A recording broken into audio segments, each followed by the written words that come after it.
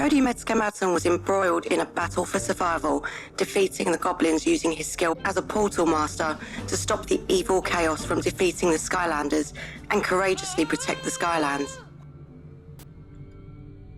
Cody Metzker-Madsen did not get a good start in life in Akron, in Plymouth County, Iowa. Born 19th of February 1996, he was brought up in a trailer with his mother, with his stepdad in the trailer next door. Cody's mother was addicted to methamphetamine at the time he was conceived and did not realise she was pregnant until she began showing at 3 months. When she realised, she immediately quit cold turkey, but by then the damage was already done. Research has shown that babies exposed to methamphetamine in utero are more likely to have developmental delays and show aggression. Cody had diagnoses of ADHD and oppositional defiance disorder, 2 conditions commonly seen in children who are exposed to methamphetamine during pregnancy. In court, 4 social workers testified that from a very young age, Cody was physically and emotionally abused by his step-grandfather, who also lived in the trailer next door to him. He would hit Cody and his brother with a fly swatter that he kept by the side of his chair if either of them were to ever get in the way of the TV, and he would shout and swear at them during the caseworker visits. One caseworker witnessed his grandfather strike him in the head with a plastic cup. He said, "It definitely looked like it hurt because I remember him cowering." She said that she was concerned at times that the man might get violent with her, but her priorities in order clearly. During his childhood, Cody had an imaginary friend who he told people spoke a language that only he could understand. He went into foster care at the age of 8, with visitation allowed for his mother. Cody's mother became nervous when he continued to have his imaginary friends beyond the age of 10. Another caseworker told how Cody would often go into staring periods, leading professionals to believe he was experiencing seizures, and these increased over time. An incident was described in court by his former high school principal, who testified that Cody once hallucinated snakes on the floor whilst he was in the school cafeteria. He would later be transferred to Rabinov Residential Treatment Center in Fort Dodge, a school for children with emotional and behavioral disorders. There, Cody was prevented from interacting with the younger students.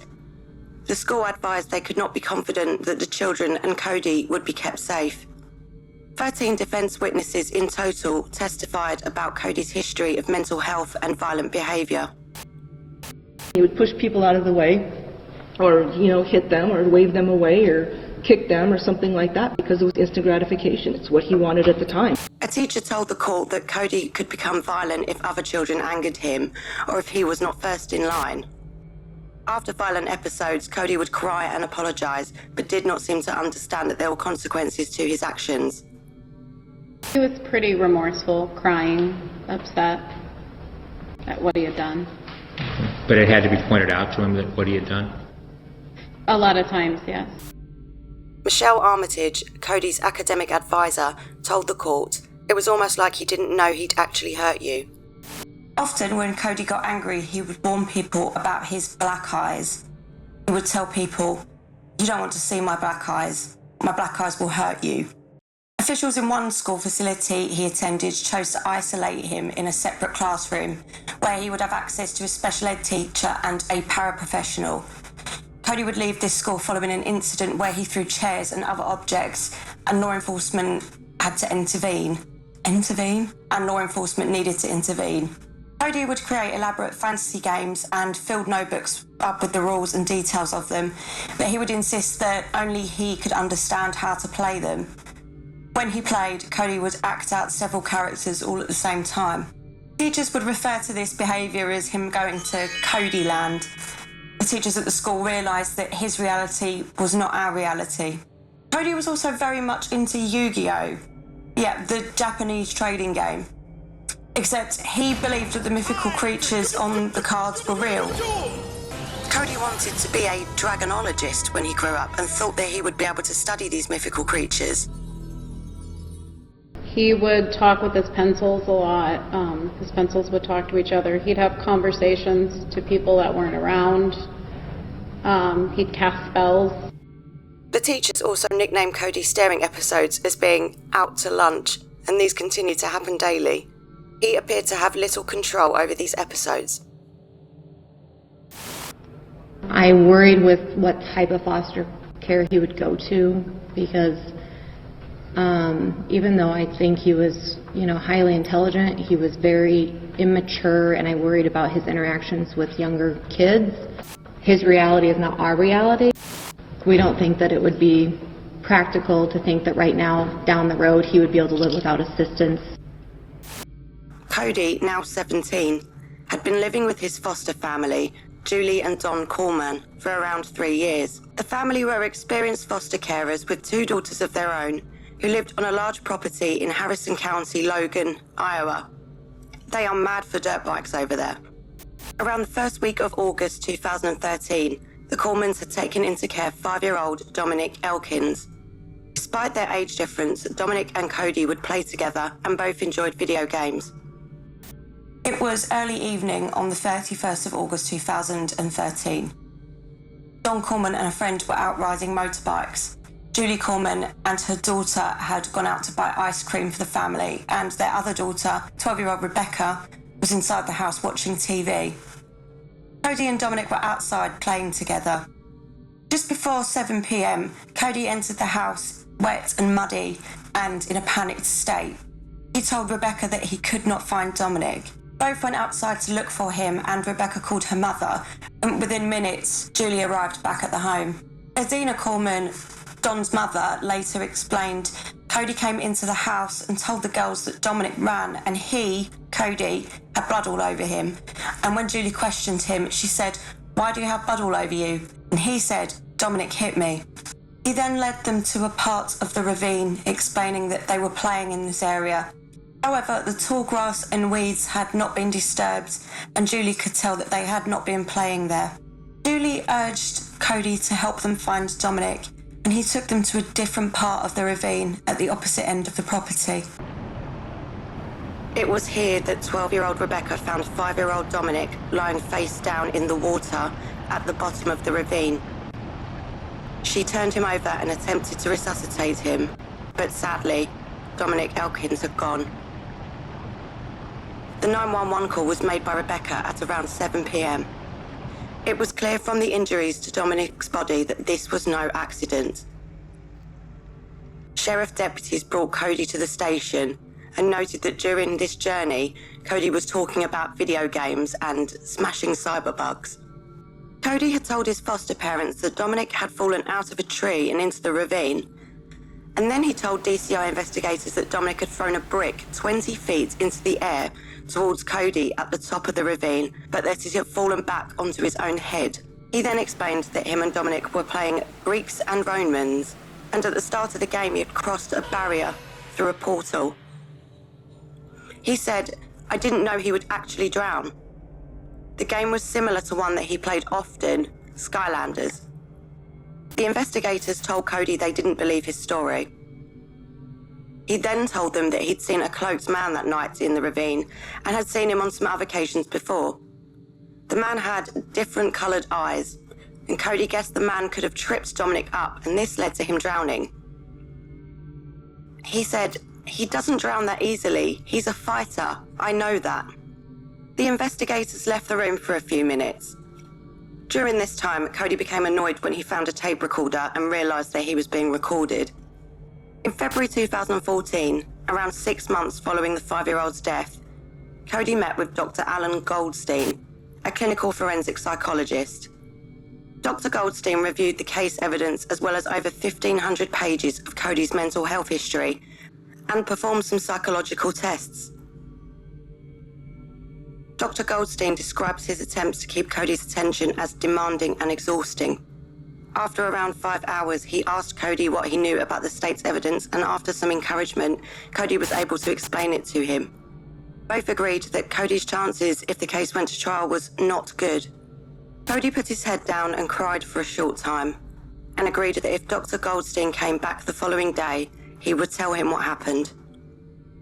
Dr. Goldstein returned the next day, but by then Cody had changed his mind and was unwilling to speak with him. The doctor performed some more psychological tests on him and eventually told Cody that there were no more tests to give, and that his chance to explain to him how Dominic died was now. Eventually, Cody explained that he was playing with Dominic and had crossed the portal to begin the game. Little green ugly goblins had appeared and attacked them, along with some people that he knew. It looked like there were goblins, per se. A lot of them. Green, ugly little creatures. The goblin commander, who Cody could tell was the leader as he was dressed differently to the others, had waged a battle with him at the top of the ravine. What do you remember doing with that brick? I remember attacking him with it and smashing it in his face. At that very moment, did you realize it really was Dominic? No, I did not. Cody had used a special weapons belt that he had around his waist to battle the creature. Cody followed him and used a brick from his toolkit to bludgeon the goblin in the head, chest, mouth, and abdomen, and pushed his head under the water. Cody did not trust that the goblin was defeated. As he explained, sometimes goblins re-emerge and attack again. They're kind of tricky little creatures. He hit him and forced his head into the water to make sure that the goblin was truly dead. Cody then ran off to help an ally. Would not affect my opinion that he thought he was involved in a war involving Skylandia, that he was going to get a medal for it, that he had a sword, and that he was killing a goblin. He kicked him into a tree branch and the goblin hit his head and went down into the ravine. Horrifyingly, Cody did not realise that the goblin he was battling was actually 5-year-old little Dominic Elkins. Do I feel bad? I feel like a regretful little punk. Why is that? Well, first off, I never even wanted to hurt Dominic. I would have never hurt Dominic. He was like a brother that I haven't had for a long time. Dominic suffered blunt force injuries to the front and back of his head, a shattered jaw, an injured upper lip, broken teeth and missing teeth, and bruises all over his body. Cody explained that after this happened, he saw different symbols appearing above people's heads. The symbols showed how much he could trust others, and these dictated which version of the events he should tell them.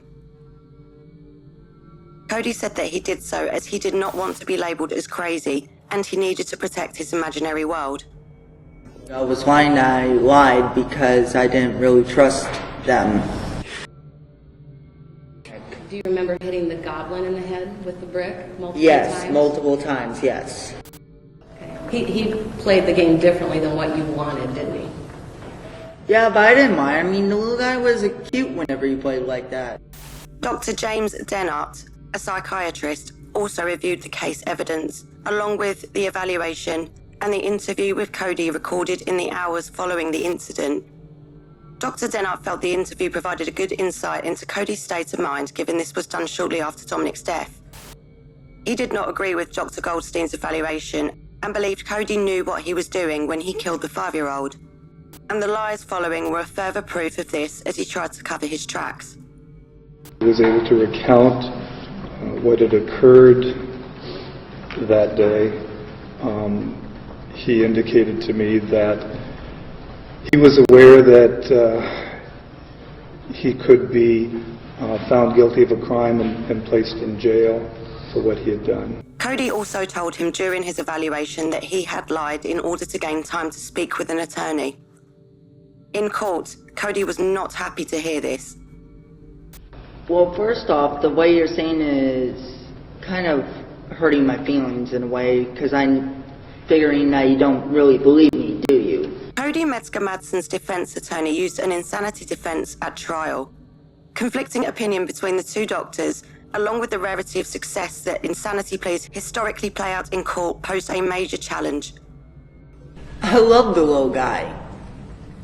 I would never hurt him, not even a hair on his freaking little head. The Dictionary of Law defines insanity as a mental illness of such a severe nature that a person cannot distinguish fantasy from reality, cannot conduct her or his affairs due to psychosis, or is subject to uncontrollable impulsive behaviour. Insanity is distinguished from low intelligence or mental deficiency due to age or injury. However, Harrison County District Court Judge Kathleen Kilnoski's ruling came immediately after closing arguments by attorneys. Cody Metzker-Madsen was not guilty of the violent murder of Dominic Elkins by reason of insanity. This is a young man who has never been mentally normal. While those incidences in the past have little direct bearing on Cody Metzker-Madsen's state of mind when he killed Dominic on August 31st, 2013, they do show some consistency. Cody is a poor liar. His attempts to deflect blame are unsophisticated. His inner fantasy life is rich. Judge Kilnoski stated, Metzker-Madsen poses a great danger to others and indirectly to himself because of his limited function and mood instability. Cody was taken to the Coralville facility in Iowa after the verdict for a psychiatric evaluation. A psychiatrist diagnosed him as having an unspecified psychotic disorder, oppositional defiant disorder, and intermittent explosive disorder.